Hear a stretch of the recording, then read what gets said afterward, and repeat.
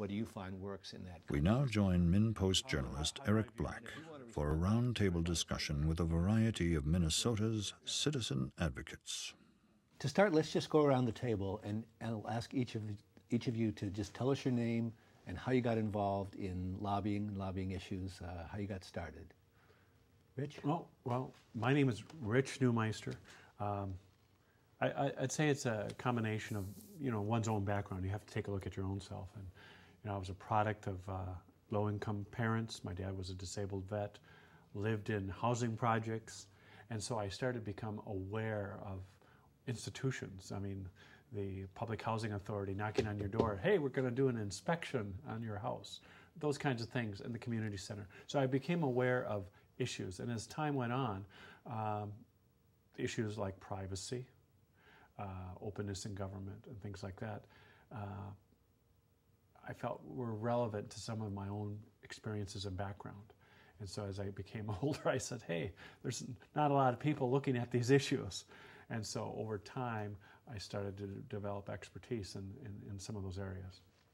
Twila, tell us about yourself and how you got started. Yes, I'm president of the Citizens Council on Healthcare, and I used to be a registered nurse, an ER nurse, and a public health nurse in a school system, and started the organization Citizens Council on Healthcare when I realized that there was both federal and state legislation that was moving everyone into managed care. And then along the way, after being at the legislature for a while, discovered the issue of privacy, and we've done a lot of work on that issue. And my name is Dai Thao. I'm a Take Action PAC board member and Hmong Organizing Regional Director. I'm also a full-time Isaiah organizer for the Northeast region. I don't do the direct lobbying, but what I do is I train leaders to do actions and people of faith and also people in the Hmong community to be in relationship with the legislative leaders and elected officials and to lobby on their own behalf.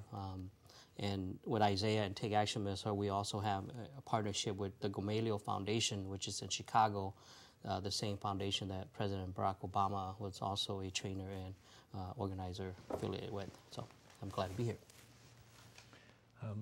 So Rich, take it one step further. Tell us about when you first took the step across the line from realizing you cared about some of these issues to actually attempting to do something about it by becoming a citizen advocate at the legislature. Well, I think one of the things, again, it doesn't happen just overnight.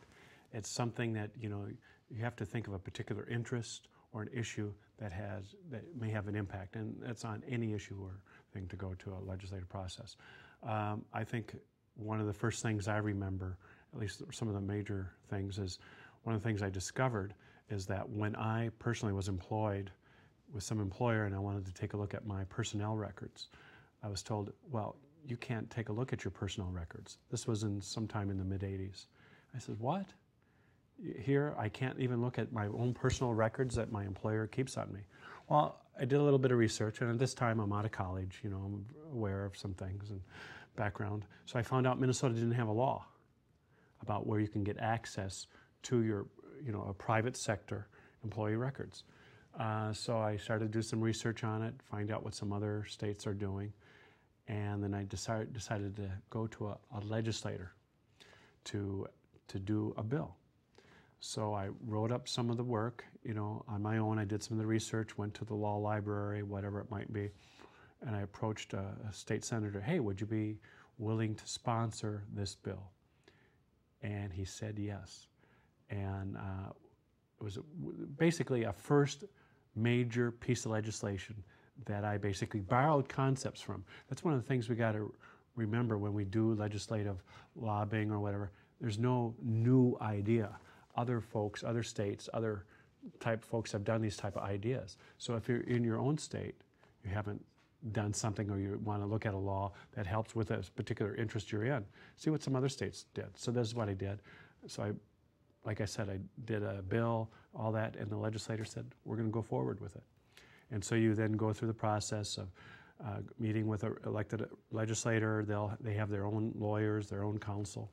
So then they write up the bill, do some of the legal research and all that.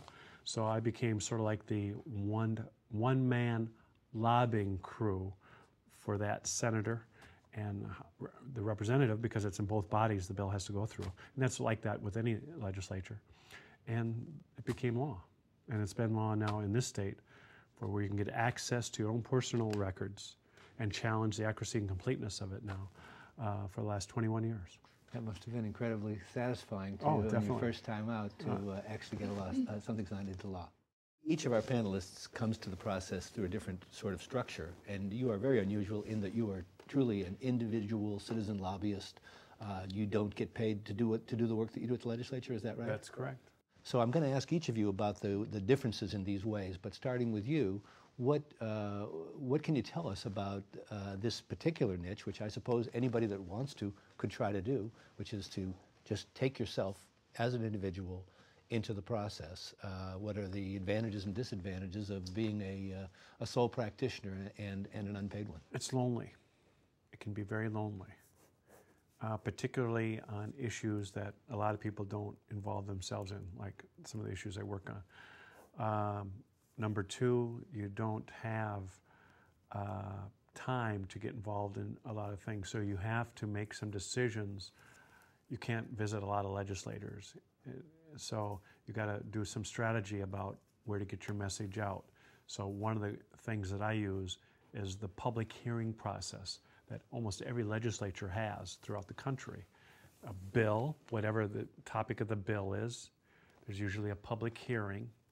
So I try to make sure I get to that public hearing to where I can raise questions about a bill or to make suggestions about a bill.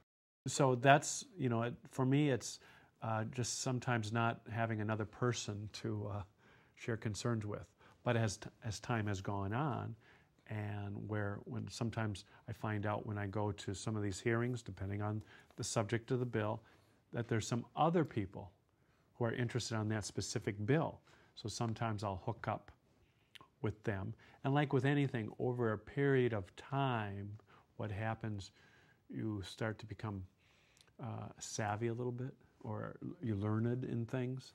So you start finding out, oh, there's a group who might be interested in this issue. It may or may not be, so you try and get them involved in some things.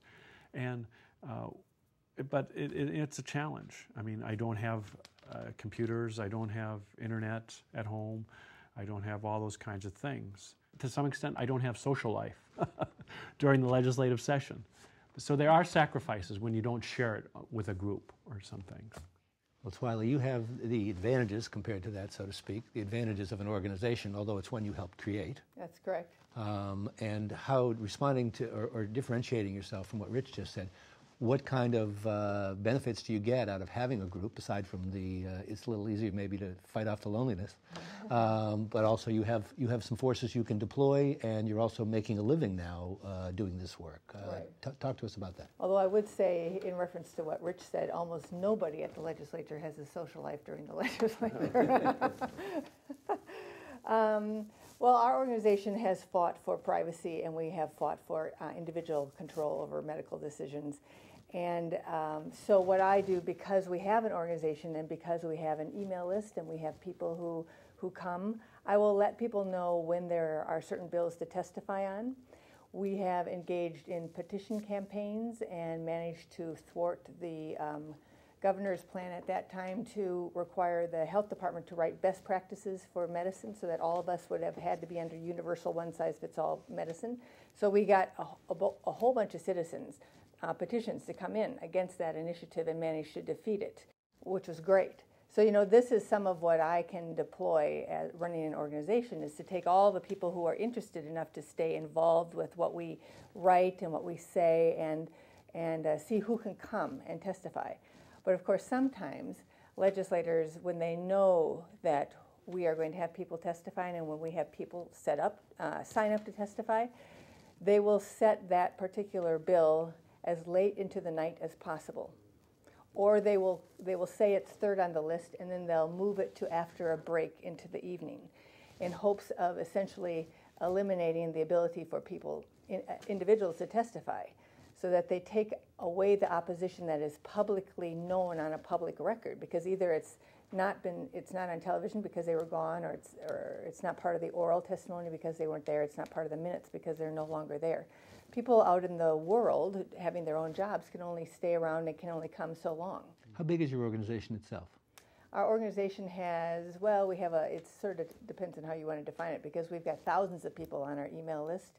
We've got several hundred financial supporters, and we have a lot of people that come, like those 50 to a hearing. The genetic privacy hearing had 50 people wearing "Do Not Repeal Genetic Privacy" stickers on a Friday morning. And that really, I think, killed the bill that was going to repeal our privacy law last year.